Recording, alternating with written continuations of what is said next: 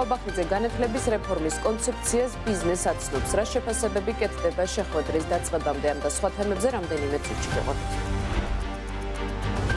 ინფრასტრუქტურის მინისტრის ყოფილ მოადგილეს კობა გაბუნიას ბრალდებას ოფიციალურად დღეს წაუყენებენ. კობა გაბუნიას დაკავებასთან ერთად ცნობილია, რომ გაჩხრიტეს ყოფილი მინისტრის ირაკლი ხარცელაძის სახელიც. სავალუტო რეზერვების ოფიციალურ გამოცხადებამდე ირაკლი კობახიძე ამბობს, რომ ქვეყნის რეზერვებმა 5.6 მილიარდი შეადგინა. ეს ნიშნავს, რომ ოქტომბერში რეზერვები დაახლოებით 180 მილიონი დოლარი ჩანს. ქართული ოცნება ქვეყნის განვითარების ახალ 10 წლიან სტრატეგიაზე მუშაობას აანონსებს. კობახიძე ირაკლი ღარიბაშვილის დროს შემუშავებული ხდება 2030 ახალი დოკუმენტით. საქართველოს განვითარების 2026-36 წლების სტრატეგიის შეცვლის. ეკონომიკის სამინისტროს ინფორმაციით, იგივ ჰილსის პროექტის განმახორციელებელ კომპანიაში სახელმწიფოს წარმომადგენელი ეყოლება, როგორც სამეთვალყურეო, ასევე დირექტორთა საბჭოში, თუმცა არა აღმასრულებელი მიმართულებით. მოგესალმებით, ეს საქმის კურსია დღეს მთავარ ბიზნეს და ეკონომიკურ ამბებს მე ჟურნალისტი ანუკა ჯოხაძე გაგაცნობ. ირაკლი კობახიძე ბიზნესს ხვდება, სადაც განათლების რეფორმის კონცეფციას გააცნობს. შეხვედრის დაწყებამდე კერძო სექტორის წარმომადგენლებმა მედიასთან შეფასებები გააკეთეს კორუფციულ გარიგებებზე, რის გამოც ყოფილი მაღალჩინოსნების მიმართ საქმეები აღძრულეს. ვერც წარმომედგინა ასეთი დიდი კორუფცია თუ არსებობდა და ამხელა თანხები თუ იყოს საქართველოში მოსაპარად აცხადებს ბიზნესმენი თემურ ჭყონია. ირაკლი რუხაძე კი ამბობს, რომ ბოლომდე ვერ გაერკვია ყოფილი მაღალჩინოსნების მიმართ კორუფციის ბრალდებით მიმდინარე დაკავებებში, თუმცა აცხადებს, რომ ეს ძალიან ცუდია. ის რომ ამხელა კორუფცია იყო, ჩემი გამოცდილებიდან გამომდინარე, რაც მე კორუმპირებას უყურებ, ესეთ დიდი კორუფცია მერც წარმომედგინა თუ არსებობდა და ამხელა თანხები თუ არსებობდა საქართველოში საერთოდ მოსაპარადაც. არა თუ საშუალო მოსაპარადაც. და დიდი თემა რა დონეზე შეჩერდება ეს კორუფცია არის.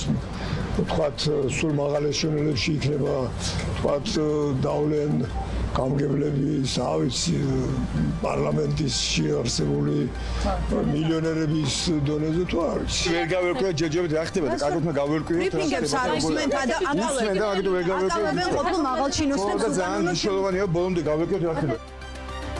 მაურიანი დაკავებების ფონზე კი ირაკლი კობახიძე ამბობს, რომ არაერთი კონკრეტული ნაბიჯი გადაიდგა ქვეყანაში კორუფციის აღმოსაფრთხებლად. ერთ-ერთ ინიციატივაზე კი დღეს განაცხადა მთავრობის ხდომაზე, რომელიც ორთვიანი პაუზის შემდეგ მთავრობის ადმინისტრაციაში გაიმართა. გვაქვს ინიციატივა, რომელიც გამორიცხავს გარიგებებს შემსყიდველ ორგანიზაციას და კომპანიებს შორის. ამბობს ოცნების პრემიერი. მისი თქმით, იგეგმება ბაზრის კვლევის ელექტრონული მეთოდის დანერგვა, რაც გამორიცხავს გარიგებებს შემსყიდველ ორგანიზაციას და შესაბამის კომპანიებს შორის. კობახიძე ირწმუნება, რომ ამის შემდეგ ყველაფერი იქნება სრულად გამჭვირვალე და უზრუნველყოფილი იქნება სამართლიანი კონკურენცია. ჩვენ ვსაუბრობთ კიდევ ერთ თემაზე, ეს არის კორუფციასთან ბრძოლა, როგორც მოგეხსენებათ, ამ ნახილებით ბევრი რამ გაკეთდა გასული რამდენიმე თვის განმავლობაში და მინდა გაგიზიაროთ კიდევ ერთი ინიციატივა, რომელიც უკავშირდება ბაზრის კვლევის ელექტრონული მოდელის დანერგვას.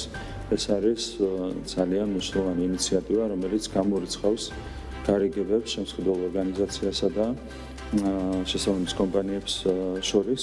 ყველაფერი იქნება სრულად გამჭვირვალე, შესაბამისად უზრუნველყოფილი იქნება სრულად სამართლიანი კონკურენცია, მთლიანად იქნება დაზღვეული შესაბამისი გარიგებები. ეს ბუნებრივია, უზრუნველყოფს ხარჯეფექტიანობის გაუმჯობესებას და საბოლოო ჯამში ეს ყველაფერი აისახება ბუნებრივია შესრულებული სამუშაოების ხარისხზეც. პრივატიზაციის ნაწილში პრაქტიკა მთლიანად შევცვალეთ. ყველაფერი გამოდის აუქციონზე. ირაკლი კობახიძე ამბობს, რომ ეს ნაბიჯიც კორუფციასთან ბრძოლის ფარგლებშია მიღებული. მისი თქმით, ამბიციური, მაგრამ რეალისტური ამოცანაა კორუფციის სიმცირით ევროპის მასშტაბით სამეულში ადგილის დაკავება. მან მთავრობის ხდომაზე ამ მიმართულებით გადადგმულ ნაბიჯებზე ისაუბრა. მისი განცხადებით, ნებისმიერი პრივატიზაციიდან კადრების ოპტიმიზაციის მიმართულებით ათეულობით მილიონი ლარი დაიზოგა წლიურ ჭრილში, განსაკუთრებით სახელმწიფო საწარმოებში ხარჯების ოპტიმიზაციის მიმართულებით და ახლობით 700 მილიონი არის დანაზოგი.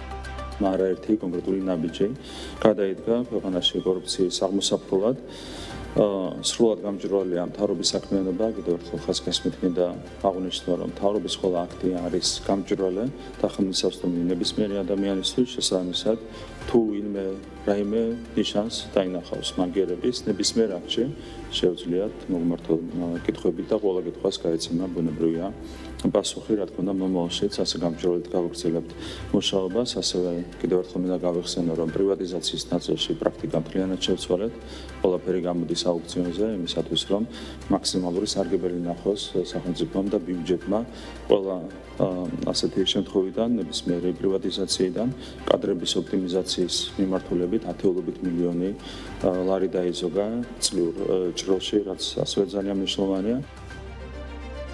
ქართული ოცნების მთავრობა ქვეყნის განვითარების ახალ 10 წლიან სტრატეგიაზე მუშაობას აანონსებს. ამის შესახებაც ირაკლი კობახიძე მთავრობის დღევანდელ სხდომაზე განაცხადა.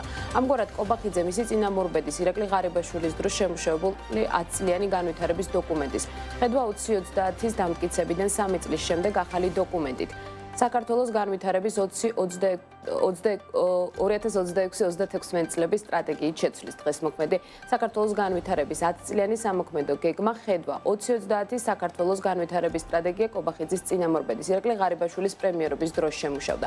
2021 წელს ახლად გაპრემიერებულმა ღარიბაშვილმა თებერვალში პარლამენტის რიგგარეშე პლენარულ სხდომაზე განაცხადა, რომ განვითარების სტრატეგიის შემუშავება 100 დღის ვადაში მოხდებოდა, თუმცა დოკუმენტი მთავრობამ თითქმის წელიწადნახევრის შემდეგ 2022 წლის სექტემბერში დაამტკიცა. დღეს ირაკლი კობახიძეს დოკუმენტის შემუშავებისთვის საჭირო კონკრეტული ვადა არ დაუსახელებია, თუმცა აღნიშნა, რომ მასზე მუშაობა აქედანვე დასაწყებია. ეს უნდა იყოს ლაკონური დოკუმენტი, განაცხადა კობახიძემ და აღნიშნა, რომ დოკუმენტში კონკრეტული მიზნები და ამოცანები, მათი განხორციელებისა და შესრულების ვადები იქნება გაწერილი.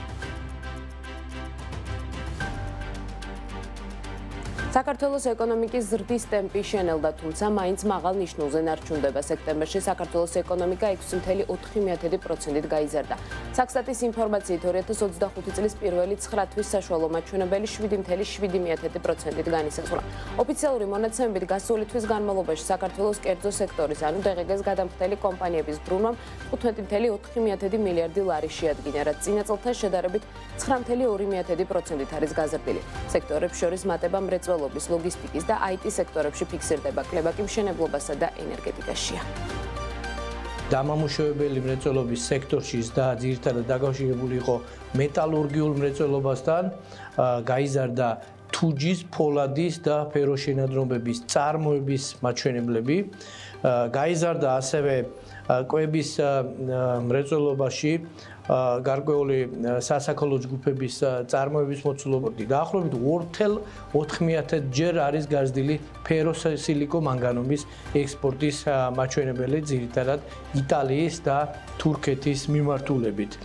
ტრანსპორტისა და დასაწყობების სექტორში და ძირითადად დაკავშირებული იყო საჰაერო ტრანსპორტის ფუნქციონირებასთან, თუმცა გაზრდილი ასევე სახმელეთო ტრანსპორტის მაჩვენებლებით, ძირითადად სატვირთო გადაზიდვების მიმართულებით. ინფორმაციისა და კომუნიკაციის სექტორში და ტრადიციულად დაკავშირებული იყო კომპიუტერული პროგრამების შემუშავებასთან, IT სექტორში კონსულტაციების გაწევასთან, ორ სექტორში გამოვლინდა კლების ტენდენცია, ეს გახდათ ერთ-ერთი მშენებლობის სექტორი, ამ შემთხვევაში შემცირება ძირითადად მოდის სამოქალაქო მშენებლობაზე, შემცირებულია გზების, ავტობანების, ხიდების მშენებლობის მაჩვენებელი.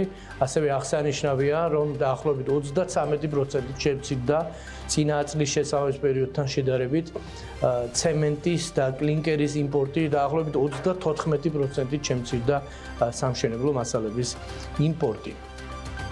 საქმის კურსი 13 საათზე და 40 წუთზე ამით დასრულებულია. განახლებული ინფორმაცია 15 საათზე და 30 წუთზე BMG TV-ზე, ხოლო 17 საათზე და 40 წუთზე TV პირველზე შევხვდებით.